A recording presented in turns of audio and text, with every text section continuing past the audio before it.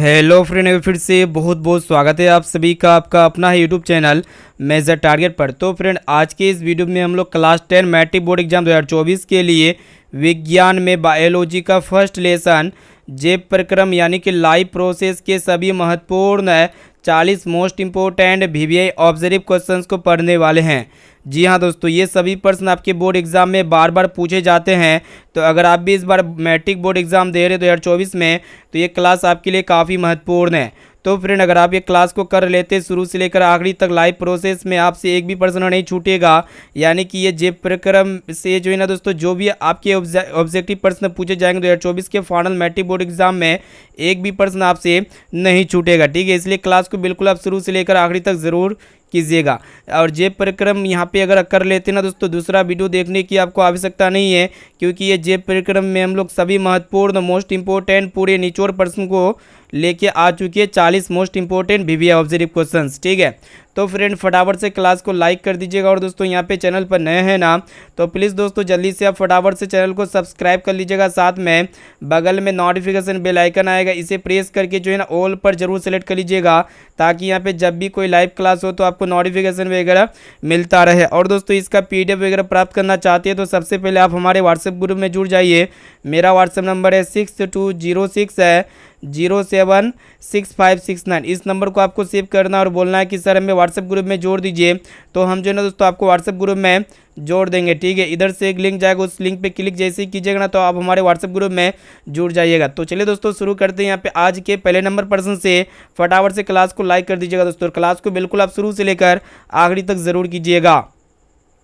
तो फ्रेंड देखिए, यहाँ पे आज का फर्स्ट प्रश्न क्या कराए कि यहाँ पे आपको बताना है कि वह प्रक्रम जिनके द्वारा शरीर में ऊर्जा का उत्पादन होता है कहलाता है। काफ़ी महत्वपूर्ण है। ठीक है, तो फ्रेंड आपको पता होना चाहिए वो प्रोसेस जिनके द्वारा शरीर में ऊर्जा का उत्पादन होता है उसे क्या कहते हैं दोस्तों। देखिएगा यहाँ पे ऑप्शन ए में आपका दिएगा श्वसन या फिर पोषण या फिर उत्सर्जन, और ऑप्शन डी है यहाँ पे देखिएगा दोस्तों, यहाँ पे होना चाहिए वाष्पोत्सर्जन। ठीक है, तो यहाँ पे वह प्रक्रम जिनके द्वारा शरीर में ऊर्जा का उत्पादन होता है उसे हम लोग क्या कहते हैं दोस्तों, श्वसन कहते हैं। ठीक है, इसे आप अच्छी तरीके से याद कर लीजिए, बोर्ड एग्जाम में पूछे जाएंगे। ठीक है, और दोस्तों ये प्रश्न आपके बोर्ड एग्जाम के लिए बहुत ही महत्वपूर्ण है, बोर्ड एग्जाम के लिए काफ़ी महत्वपूर्ण यहाँ पे हम लोग क्वेश्चन आपके लिए लेके आ चुके हैं। और दोस्तों आपके एग्जाम में एक प्रश्न ये पूछे आते हैं कि श्वसन कितने प्रकार के होते हैं, तो श्वसन 2 प्रकार के होते हैं दोस्तों।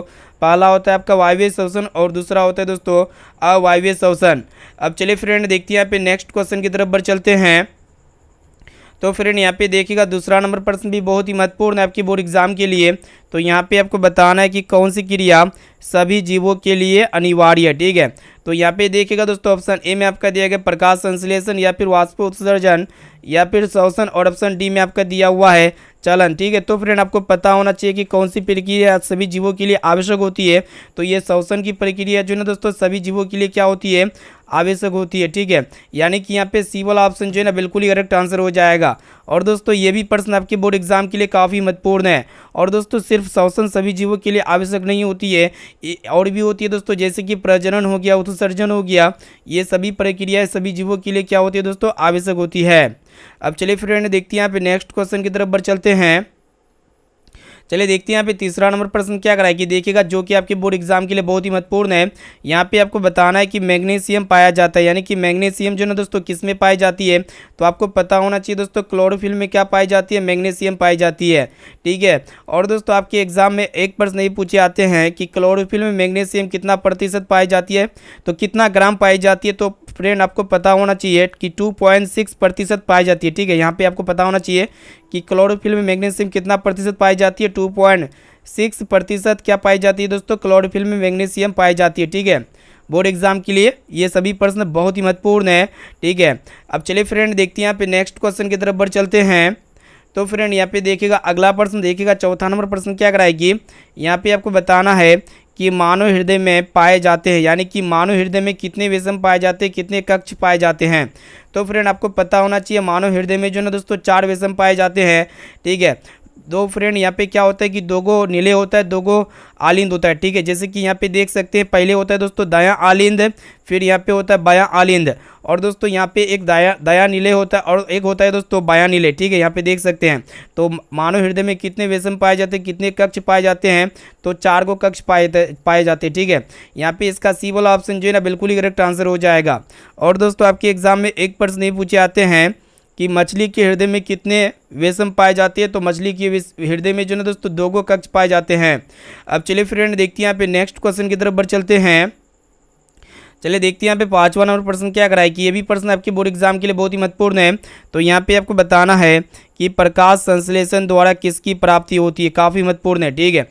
तो देखिएगा दोस्तों ऑप्शन ए में आपका दिया गया वसा की, या फिर प्रोटीन की, या फिर ग्लूकोज की, या फिर प्रकाश की। तो फ्रेंड आपको पता होना चाहिए जो प्रकाश संश्लेषण होता है ना दोस्तों, पेड़ पौधे का क्या होता है दोस्तों, भोजन होते हैं, ठीक है। जो किसके रूप में प्राप्त होती है, ग्लूकोज के रूप में प्राप्ति होती है। और दोस्तों आपको और दोस्तों ये जो प्रकाश संश्लेषण की जो क्रिया होती है ना दोस्तों, पेड़ पौधे सूर्य से प्राप्त करते हैं, ठीक है। और यहाँ पे वायुमंडल से CO2 गैस लेते हैं दोस्तों, और यहाँ पे ज़मीन से जल लेते हैं, H2O लेते हैं, ठीक है। इसको अच्छी तरीके से याद कर लीजिएगा, बोर्ड एग्जाम के लिए बहुत ही महत्वपूर्ण यहाँ पे प्रश्न हम आपके सामने प्रस्तुत कर रहे हैं। चलिए फ्रेंड देखते हैं यहाँ पे नेक्स्ट क्वेश्चन की तरफ बढ़ चलते हैं।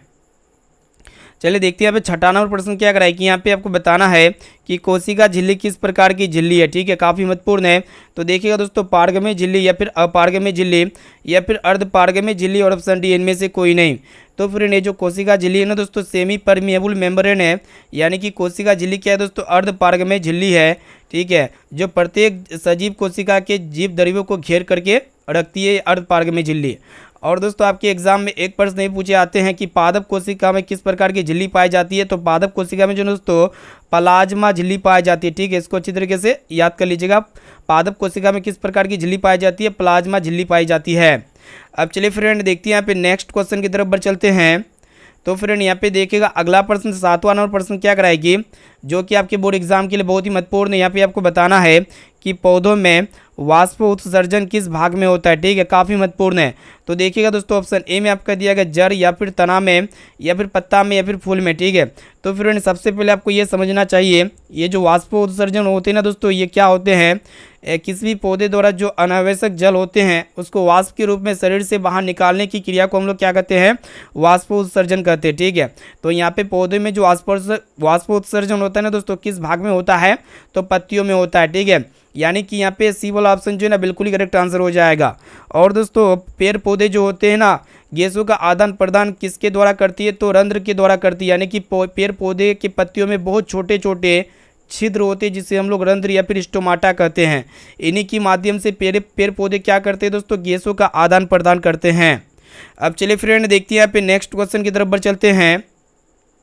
चलिए देखते हैं यहाँ पे 8वां नंबर प्रश्न, जो कि आपके बोर्ड एग्जाम के लिए बहुत ही महत्वपूर्ण है।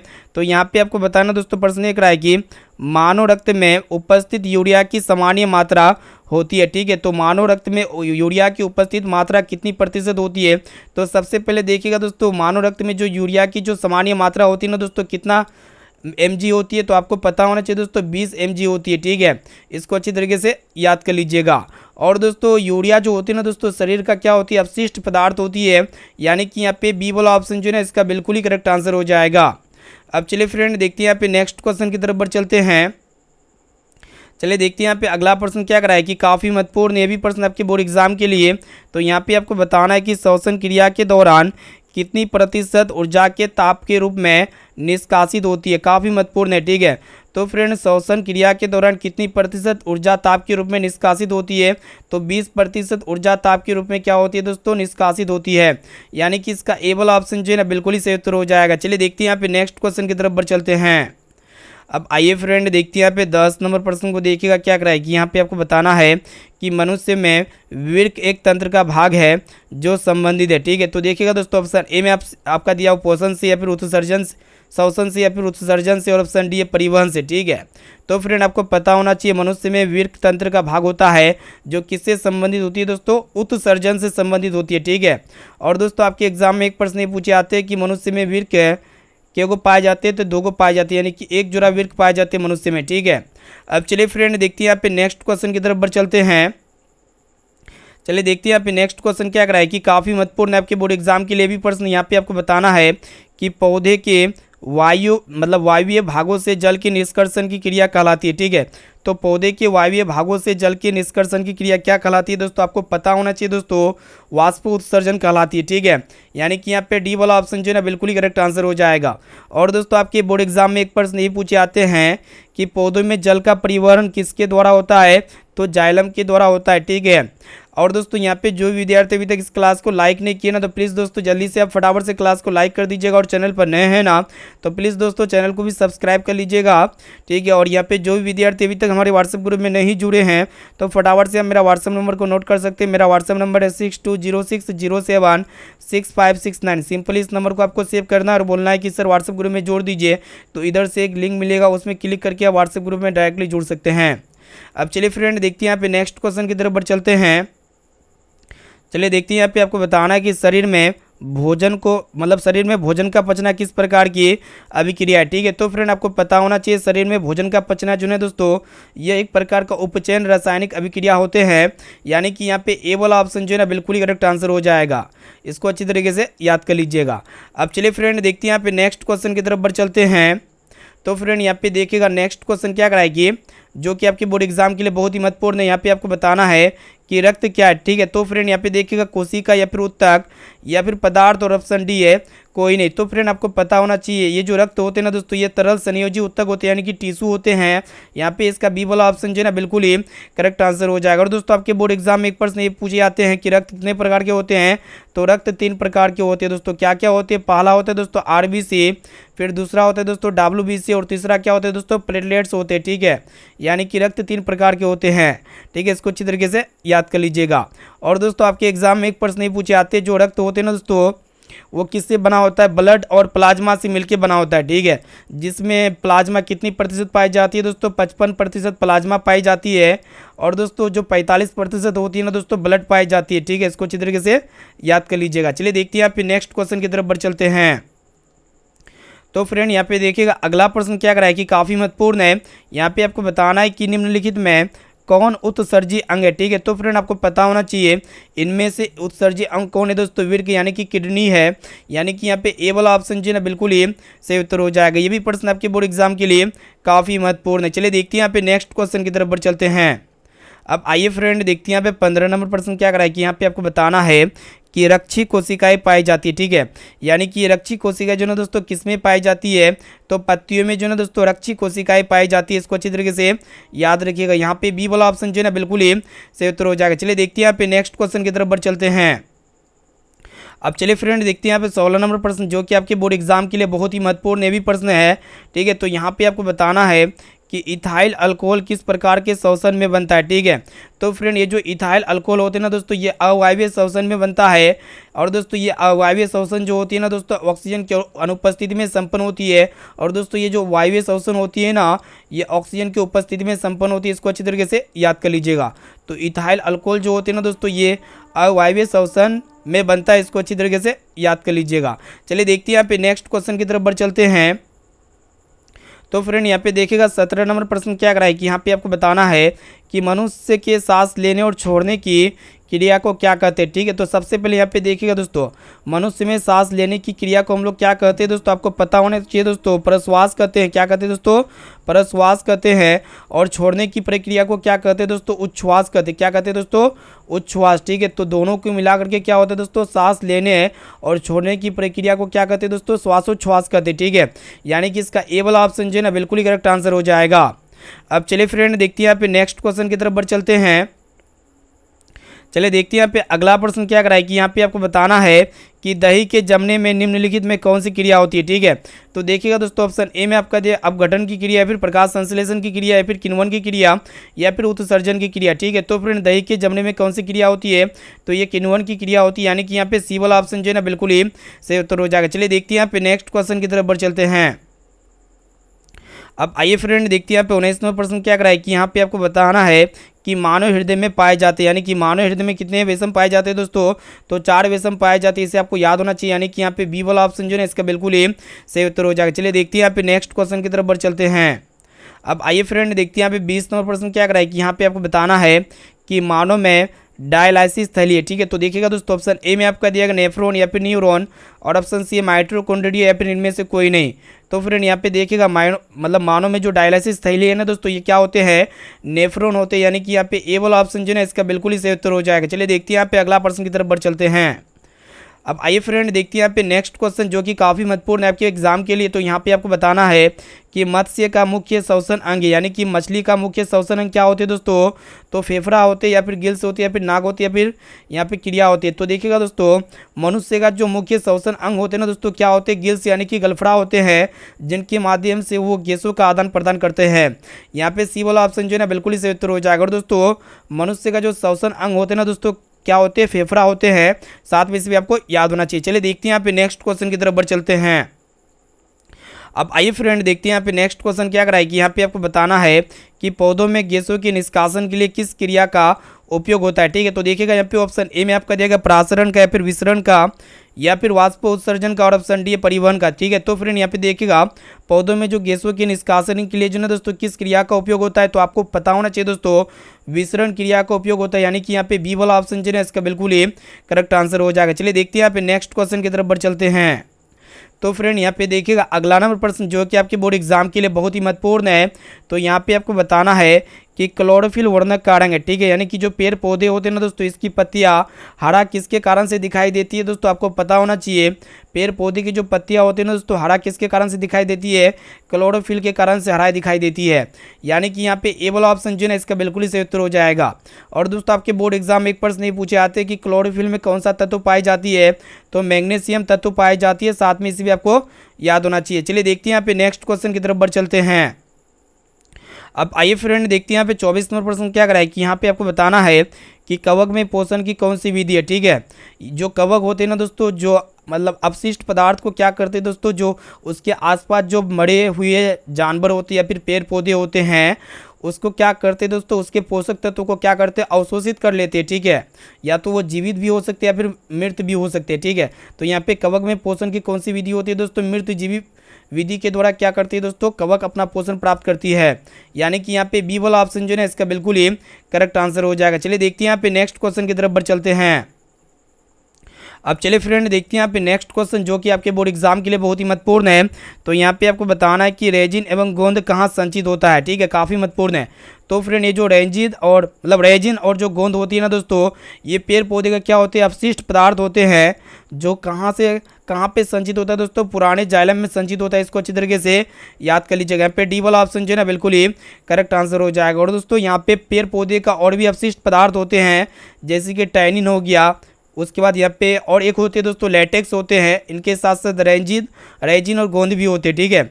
इसको अच्छी तरीके से याद कर लीजिएगा। चलिए देखते हैं यहाँ पे नेक्स्ट क्वेश्चन की तरफ बढ़ चलते हैं।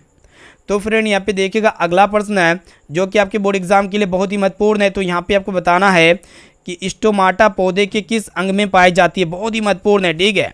तो फ्रेंड आपको पता होना चाहिए जो स्टोमाटा होते हैं ना दोस्तों, जिससे हम लोग रंध्र करते हैं, जिनके माध्यम से वो पेड़ पौधे क्या करते हैं दोस्तों, CO2 गैस और O2 गैस का क्या करते हैं, आदान प्रदान करते हैं। यानी कि जो स्टोमाटा होते हैं ना दोस्तों, ये पौधे की किस अंग में पाई जाती है, तो पत्तियों में पाई जाती है, यानी कि यहाँ पे बी वाला ऑप्शन जो है ना बिल्कुल ही करेक्ट आंसर हो जाएगा, ठीक है। चलिए देखते हैं यहाँ पे नेक्स्ट क्वेश्चन की तरफ बढ़ चलते हैं।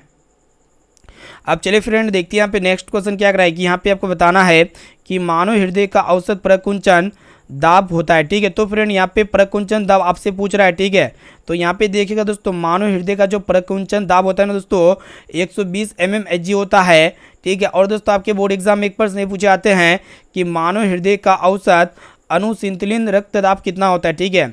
यानी कि अनुशीतलिन के लिए इसका जो एवरेज होता है दोस्तों ब्लड प्रेशर का 80 mmHg होता है। कितना होता है दोस्तों, 80 mmHg होता है। इसको अच्छी तरीके से याद कर लीजिएगा, बोर्ड एग्जाम के लिए बहुत ही महत्वपूर्ण है। और दोस्तों आपके एग्जाम में एक प्रश्न ये पूछे आते हैं कि रक्तदाब मापने के लिए किस यंत्र का उपयोग किया जाता है, तो स्पाइगनोमैनोमीटर का उपयोग किया जाता है। अब चलिए फ्रेंड देखते हैं यहाँ पे नेक्स्ट क्वेश्चन की तरफ बढ़ चलते हैं। चलिए देखते हैं यहाँ पे नेक्स्ट क्वेश्चन जो कि काफ़ी महत्वपूर्ण है आपके बोर्ड एग्जाम के लिए। तो फ्रेंड यहाँ पे आपको बताना है कि इनमें कौन प्रकाश संश्लेषी अंग है, ठीक है। तो यहाँ पे प्रकाश संश्लेषी अंग आपको बताना है। तो फ्रेंड इनमें से जो प्रकाश संश्लेषी अंग होगा ना दोस्तों, पत्ती हो जाएगा, ठीक है। यानी कि यहाँ पे ए वाला ऑप्शन जो है ना बिल्कुल ही करेक्ट आंसर हो जाएगा। चलिए देखते हैं यहाँ पे नेक्स्ट क्वेश्चन की तरफ बढ़ चलते हैं। तो फ्रेंड यहाँ पे आपको बताना है, प्रश्न काफ़ी महत्वपूर्ण है। देखिएगा क्या करा है कि वाष्प उत्सर्जन कैसी प्रक्रिया है, ठीक है। तो फ्रेंड ये जो वाष्प उत्सर्जन जो प्रक्रिया है ना दोस्तों, ये भौतिक प्रक्रिया है, यानी कि यहाँ पे बी वाला ऑप्शन जो है ना बिल्कुल ही करेक्ट आंसर हो जाएगा। और दोस्तों जो वाष्प उत्सर्जन होते हैं दोस्तों, ये क्या होते हैं, पेड़ पौधे जो अनावश्यक जल को वाष्प के रूप में शरीर से बाहर निकलता है, उसी को हम लोग क्या कहते हैं दोस्तों, वाष्प उत्सर्जन कहते हैं। चलिए देखते हैं यहाँ पे नेक्स्ट क्वेश्चन की तरफ बढ़ चलते हैं। देखिएगा यहाँ पे अगला प्रश्न जो कि आपके बोर्ड एग्जाम के लिए बहुत ही महत्वपूर्ण है। तो फ्रेंड यहाँ पे आपको बताना है कि शरीर में भोजन का पचना किस प्रकार की अभिक्रिया है, ठीक है। तो फ्रेंड शरीर में जो भोजन का पचना होता है ना दोस्तों, ये ऑक्सीकरण या उपचयन की रासायनिक अभिक्रिया होती है, यानी कि यहाँ पे बी वाला ऑप्शन जो है ना इसका बिल्कुल ही करेक्ट आंसर हो जाएगा। अब चलिए फ्रेंड देखते हैं यहाँ पे नेक्स्ट क्वेश्चन की तरफ बढ़ चलते हैं। उससे पहले जो भी विद्यार्थी अभी तक इस क्लास को लाइक नहीं किए ना, तो प्लीज़ दोस्तों जल्दी से आप फटाफट से क्लास को लाइक कर दीजिएगा, ठीक है। चैनल पर नए हैं तो चैनल को भी सब्सक्राइब कर लीजिएगा। साथ में यहाँ पे बगल में नोटिफिकेशन बेल आइकन आएगा, इसे प्रेस करके जो ना दोस्तों ऑल पर जरूर सेलेक्ट कर लीजिएगा, ठीक है। चलिए देखते हैं यहाँ पे अगला प्रश्न क्या कराएगी। यहाँ पे आपको बताना है कि स्वपोषी पोषण के लिए आवश्यक है, ठीक है, यानी कि जो अपना पोषण खुद से तैयार करते हैं ना दोस्तों, उसके लिए क्या क्या आवश्यकता होती है। तो क्लोरोफिल, जिसे हम लोग पर्णहरित भी कहते हैं, इनके साथ साथ कार्बन डाइऑक्साइड गैस, जल और यहाँ पे सूर्य का प्रकाश, यानी कि ये सभी चीज़ों की आवश्यकता होती है दोस्तों। यहाँ पे डी वाला ऑप्शन जो है इसका बिल्कुल ही करेक्ट आंसर हो जाएगा। चलिए देखते हैं यहाँ पे नेक्स्ट क्वेश्चन की तरफ बढ़ चलते हैं। अब आइए फ्रेंड देखते हैं यहाँ पे नेक्स्ट क्वेश्चन जो कि आपके बोर्ड एग्जाम के लिए बहुत ही महत्वपूर्ण है, ठीक है। तो फ्रेंड यहाँ पे आपको बताना है कि जठर ग्रंथि मतलब जठर ग्रंथियाँ कहाँ पाई जाती है, ठीक है। तो देखिएगा दोस्तों ऑप्शन ए में आपका दिया गया आँख में, या फिर अंगनाशय में, या फिर वृक्क में, या फिर अमाशय में, ठीक है। तो फ्रेंड ये जो जठर ग्रंथियाँ होती है ना दोस्तों, कहाँ पे पाई जाती है, तो आपको पता होना चाहिए दोस्तों, ये यहाँ पे जठर ग्रंथियाँ कहाँ पाई जाती है, ठीक है। तो जठर ग्रंथियाँ जो पाई जाती है ना दोस्तों, कहाँ पे पाई जाती है, तो आपको पता होना चाहिए दोस्तों, ये अमाशय में पाई जाती है, ठीक है। और दोस्तों इससे पहले को प्रश्न छूट गया था शायद मेरे ख्याल से, उसको देख लेते एक बार। चलिए यहाँ पे देखिएगा दोस्तों, ये 32वां प्रश्न छूट गया था, ये काफ़ी महत्वपूर्ण है। यहाँ पे आपको बताना है कि पायरुवेट के विखंडन से यह कार्बन डाइऑक्साइड जल तथा ऊर्जा देता है, और यह क्रिया होती है, ठीक है। यह क्रिया किस में होती है दोस्तों, माइटोकॉन्ड्रिया में होती है, यानी कि यहाँ पे बी वाला ऑप्शन जो है इसका बिल्कुल ही करेक्ट आंसर हो जाएगा। चलिए देखते हैं यहाँ पे नेक्स्ट क्वेश्चन की तरफ बढ़ चलते हैं। अब चलिए फ्रेंड देखते हैं यहाँ पे 34 नंबर प्रश्न जो कि आपके बोर्ड एग्जाम के लिए बहुत ही महत्वपूर्ण है। तो यहाँ पे आपको बताना है कि खुला परिसंचरण तंत्र जो है दोस्तों किस में पाई जाती है, ठीक है। तो फटाफट से बताइए दोस्तों, ये खुला परिसंचरण तंत्र किस में पाई जाती है। तो देख सकते हैं ऑप्शन ए में आपका दिएगा मनुष्य में, या फिर कॉकरोच में, या फिर घोड़ा में, और ऑप्शन डी में आपका दिएगा ऊँट में। तो खुला परिसंचरण तंत्र जो पाई जाती है ना दोस्तों, किस में पाई जाती है, कॉकरोच में पाई जाती है, यानी कि इसका बी वाला ऑप्शन जो है ना बिल्कुल ही सही उत्तर हो जाएगा। चलिए देखते हैं यहाँ पे अब अगला प्रश्न की तरफ बढ़ चलते हैं। तो फ्रेंड यहाँ पे देखिएगा अगला प्रश्न जो कि आपके बोर्ड एग्जाम के लिए बहुत ही महत्वपूर्ण है। तो यहाँ पे आपको बताना है कि पौधों में पाए जाने वाला गाढ़ा एवं दूधिया उत्सर्जित तरल पदार्थ को क्या कहते हैं, काफ़ी महत्वपूर्ण है। तो फ्रेंड यहाँ पे देखिएगा पौधों में पाए जाने वाला गाढ़ा और दूधिया उत्सर्जित पदार्थ जो होते हैं ना दोस्तों, ये क्या होते हैं दोस्तों, उत्सर्जित पदार्थ होते हैं, ठीक है। अनावश्यक पदार्थ होते हैं जो क्या हो सकते हैं दोस्तों, लेटेक्स, रेजिन, या फिर गोंद, या फिर टैनिन। तो फ्रेंड ये जो होते हैं ना दोस्तों क्या होते हैं, लेटेक्स होते हैं, इसको अच्छी तरीके से याद रखिएगा। और दोस्तों पौधे के प्रमुख उत्सर्जित पदार्थ क्या क्या हो सकते हैं, जैसे कि लेटेक्स हो गया, रेजिन हो गया, गोंद हो गया, और यहाँ पे इनके साथ साथ क्या हो गया दोस्तों, टैनिन हो गया, मतलब यहाँ पे ये सभी है दोस्तों, ठीक है। इसको अच्छी तरीके से याद रखिएगा। पौधे का जो प्रमुख उत्सर्जित पदार्थ होते हैं दोस्तों, यहाँ पे मुख्य रूप से क्या क्या हो सकते हैं, लेटेक्स हो गया, टैनिन हो गया, रेजिन हो गया, गोंद हो गया, ठीक है। चलिए देखते हैं यहाँ पे नेक्स्ट क्वेश्चन की तरफ बढ़ चलते हैं।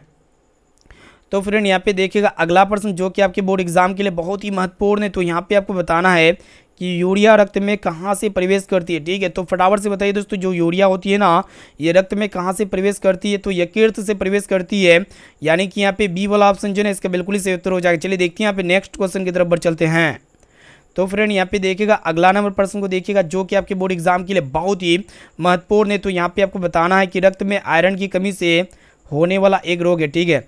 तो फ्रेंड रक्त में आयरन की कमी से होने वाला एक रोग क्या होता है दोस्तों, एनीमिया रोग होती है, ठीक है। यानी कि यहाँ पे सी वाला ऑप्शन जो है ना बिल्कुल ही करेक्ट आंसर हो जाएगा। और दोस्तों आपके एग्जाम में एक प्रश्न नहीं पूछे जाते हैं कि इंसुलिन की कमी से कौन सी रोग होती है, तो मधुमेह यानी कि ये डायबिटीज रोग होती है। यहाँ पे इसका जो है ना दोस्तों, अगर आपके एग्जाम में पूछा जाए प्रश्न है तो इसका राइट आंसर हो जाता है दोस्तों मधुमेह, ठीक है। कि मतलब जो इंसुलिन की कमी से होने वाला रोग कौन सा होता है दोस्तों, मधुमेह होता है, ठीक है। चलिए देखते हैं यहाँ पे नेक्स्ट क्वेश्चन की तरफ बढ़ चलते हैं। तो फ्रेंड यहाँ पे देखिएगा अगला प्रश्न क्या कराएगी, यहाँ पे आपको बताना है कि पौधों में जाइलम उत्तरदायी होती है, ठीक है। तो फ्रेंड यहाँ पे देखिएगा जाइलम का काम क्या होता है दोस्तों, जल का वहन के लिए इसका कार्य होता है, ठीक है। यानी कि जल का वहन के लिए उत्तरदायी होती है। और दोस्तों आपके एग्जाम में एक प्रश्न नहीं पूछे जाते हैं कि जो पौधे में जो फ्लोएम होते हैं ना दोस्तों, किसके लिए उत्तरदायी होते हैं? भोजन का वहन के लिए होती है। और दोस्तों ये जो जाइलम होते हैं ना दोस्तों, ये निर्जीव ऊतक होते हैं, यानी कि मरा हुआ टिश्यू होते हैं। अब चलिए फ्रेंड देखते हैं यहाँ पे नेक्स्ट क्वेश्चन की तरफ बढ़ चलती है। देखिएगा यहाँ पे देखिएगा नेक्स्ट क्वेश्चन क्या कराएगी। यहाँ पे आपको बताना है कि कुटपात किस में पाई जाती है, काफ़ी महत्वपूर्ण है, ठीक है। तो फ्रेंड आपको पता होना चाहिए कुटपात किस में पाई जाती है दोस्तों, अमीबा में पाई जाती है। जैसा कि आप चित्र में देख सकते हैं दोस्तों, अगर आपके एग्जाम में अमीबा का संरचना बनाने बोले, चित्र बनाने बोले, तो इस प्रकार आप बना सकते हैं, ठीक है। और दोस्तों ये जो कुटपात होते हैं किस में पाई जाती है? अमीबा में पाई जाती है। और दोस्तों ये अमीबा जो होती है ना दोस्तों, ये अमर प्रोटोजोआ प्राणी होते हैं, जो आपके अगल बगल नदियों में पाई जाती है। तालाब हो गया दोस्तों, मीठा पानी का झील हो गया दोस्तों, पोखर हो गया, पानी का गड्ढा में भी पाई जाती है ये अमीबा, ठीक है। अब चलिए फ्रेंड देखते हैं यहाँ पे नेक्स्ट क्वेश्चन की तरफ बढ़ चलते हैं। और दोस्तों ये अमीबा में क्या होती है दोस्तों, किसमें द्विखंडन होता है दोस्तों? अमीबा में द्विखंडन होता है, ठीक है। इसको अच्छी तरीके से याद कर लीजिएगा। चलिए देखते हैं यहाँ पे अगला और लास्ट नंबर प्रश्न को देख लेते हैं, जो कि आपके बोर्ड एग्जाम के लिए बहुत ही महत्वपूर्ण है। तो फ्रेंड यहाँ पे आपको बताना है कि प्रकृति में ऑक्सीजन का संतुलन कैसे बना रहता है, ठीक है। तो फ्रेंड प्रकृति में जो ऑक्सीजन का संतुलन बना होता है ना दोस्तों, किसके द्वारा बना होता है? तो प्रकाश संश्लेषण के द्वारा बना होता है, यानी कि यहाँ पे बी वाला ऑप्शन जो है इसका बिल्कुल ही सही उत्तर हो जाएगा, ठीक है। तो फ्रेंड यहाँ पे हम जो ना फाइनली क्लास 10 के बायोलॉजी का फर्स्ट लेसन यहाँ पे जैव प्रक्रम यानी कि लाइफ प्रोसेस के सभी महत्वपूर्ण है, मोस्ट इंपॉर्टेंट 40 निचोड़ प्रश्न को देख चुके हैं दोस्तों। तो अगर आप ये सभी प्रश्न को अच्छी तरीके से पढ़ ली, आपको याद हो गया, तो फटाफट से कमेंट सेक्शन में जाके बता सकते हैं दोस्तों ये 40 प्रश्न में से आपको कितना प्रश्न का सही और सटीक पहले से आपको आंसर याद था, ठीक है। इसका जवाब आपको इसी वीडियो में कमेंट सेक्शन में जाके बता देना है। और इनके साथ साथ आपको जो है ना दोस्तों SW क्वेश्चन का भी आंसर बताना है। तो प्रश्न ये कराए कि निम्नलिखित में किस माध्यम में प्रकाश की चाल सबसे ज़्यादा होती है, ठीक है। तो फ्रेंड यहाँ पे देखिएगा कांच में या फिर पानी में या फिर लोहा में या फिर निर्वात में, ठीक है। तो ये प्रश्न का क्लास हम जो है ना दोस्तों प्रकाश का परावर्तन वाले चैप्टर में करा चुके हैं। तो अभी तक नहीं देखे तो आप प्लेलिस्ट में जाके यहाँ पे प्लेलिस्ट बना देंगे दोस्तों। यहाँ पे हम क्लास 10 के सभी सब्जेक्ट का जो है ना बहुत जल्दी प्लेलिस्ट को हम बना देंगे, ठीक है, जिनके माध्यम से आप देख सकते हैं, फिर वीडियो को भी चेक कर सकते हैं दोस्तों। यहाँ पे सभी सब्जेक्ट का जो है ना दोस्तों यहाँ पे डेली क्लास होती है। यहाँ पे क्लास का टाइम को नोट कर सकते हैं, सुबह में 6 बजे क्लास होती है, जो भी क्लास की है दोस्तों। इनके साथ साथ यहाँ पे शाम में जो है ना दोस्तों 7 बजे क्लास होती है, और दोपहर में 1 बजे क्लास होती है, और इनके साथ साथ रात्रि 9 बजे क्लास होती है, ठीक है। और दोस्तों डेली वेबसाइट पे टेस्ट चलती है। तो टेस्ट कैसे दीजिएगा दोस्तों, सबसे पहले मेरा व्हाट्सएप नंबर को नोट कीजिए। मेरा व्हाट्सएप नंबर यहाँ पे लिखा हुआ है दोस्तों, इसको नोट कीजिए और बोले कि सर व्हाट्सएप ग्रुप में जोड़ दीजिए। तो हम जो है ना दोस्तों आपको व्हाट्सएप ग्रुप में जोड़ देंगे, ठीक है। और दोस्तों यहाँ पे जो भी विद्यार्थी अभी तक इस क्लास को लाइक नहीं किया ना, तो प्लीज़ दोस्तों जल्दी से फटाफट से क्लास को लाइक कर दीजिएगा। और चैनल पर नए हैं ना, तो चैनल को भी सब्सक्राइब कर लीजिएगा। साथ में बगल में नोटिफिकेशन बेल आइकन आएगा, इसे प्रेस करके ऑल पर जरूर सेलेक्ट कर लीजिएगा, ठीक है। और दोस्तों इस वीडियो को अपने सोशल मीडिया प्लेटफॉर्म में ज़्यादा से ज़्यादा शेयर कीजिएगा, ताकि वो भी बोर्ड एग्जाम की तैयारी काफ़ी अच्छी तरीके से कर सके। और दोस्तों वेबसाइट पे जो ना डेली 7 बजे से टेस्ट लगती है, तो 7 बजे से जाके जो ना दोस्तों वेबसाइट में आप फटाफट से टेस्ट को दे सकते हैं। तो फिर मिलते हैं यहाँ पे दोस्तों नेक्स्ट क्लास में दोस्तों, दोपहर 1 बजे वाली क्लास में, जो कि काफ़ी महत्वपूर्ण क्लास कराने वाले हैं, ठीक है। तो फिर मिलते हैं यहाँ पे अगले क्लास में।